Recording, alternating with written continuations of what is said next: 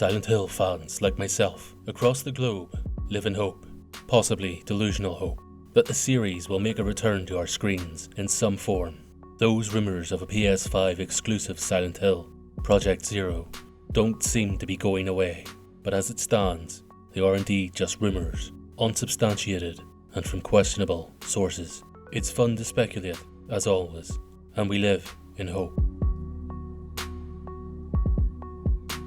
Meanwhile, the gaming industry continues to turn, and developers, both large and small, have been doing an exceptional job at creating fear on their own terms. They've gone some way to fill the void from Silent Hill's absence, for some, even surpassing its legacy as a horror masterpiece. Darkwood, Outlast, Soma, games of genuine terror and existential horror that remains with us long after we switch our screens off. However, we potentially have a real contender, a real spiritual successor to Silent Hill. A game which not only has similarities aesthetically, but thematically as well. And it also happens to have one member from Team Silent on board, the legendary composer Akira Yamaoka. That game is The Medium. The similarities are quite striking, and it's clear that Bloober Team has taken inspiration from Team Silent. If you're unfamiliar with Bloober Team's work, they're certainly not new to the horror genre, producing excellent titles such as Layers of Fear, Observer, and Blair Witch.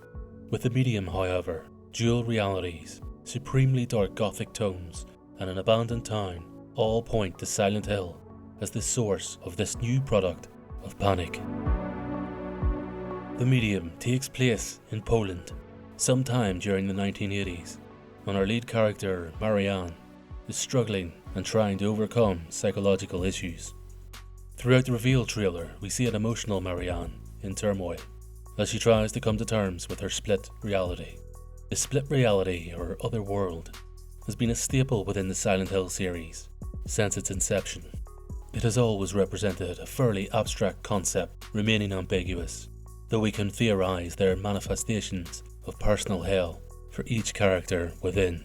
In the case of The Medium, the heavily pregnant Marianne, who undergoes a routine scan, transitions from depicting potential joy to a depiction of sadness as we see her praying.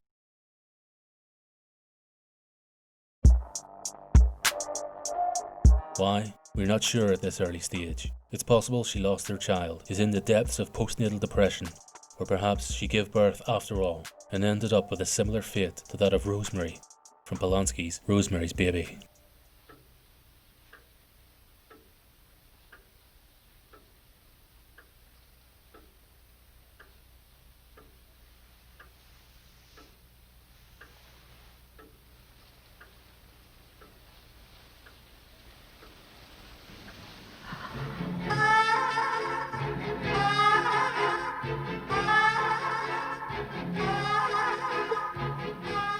Done to it?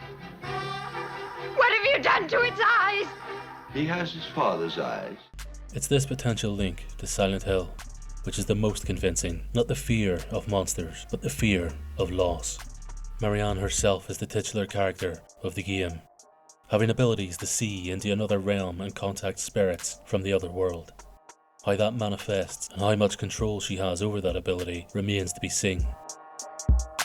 What is particularly exciting is that both worlds, the normal and the spiritual world, were rendered at the same time, suggesting that the transition isn't predetermined by the game, but a core gameplay and puzzle element the player can control in order to progress.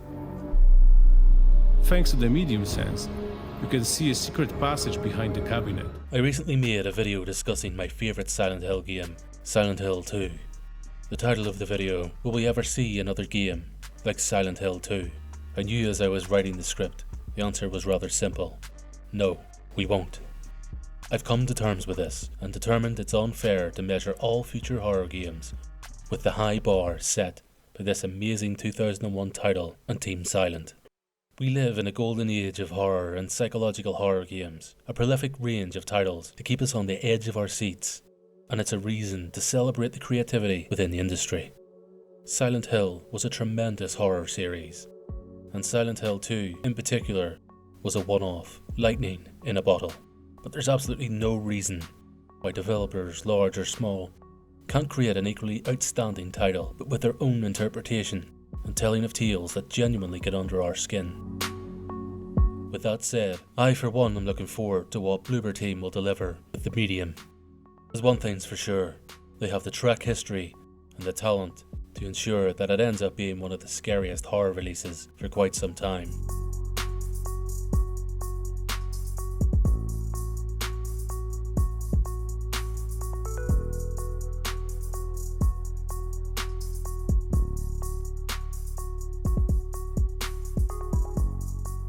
If you enjoyed this video, please consider subscribing. Feel free to leave a like, and maybe even leave a comment, and let me know what you think of the medium. My name's Rose. Please subscribe to my daddy's channel. Peace out.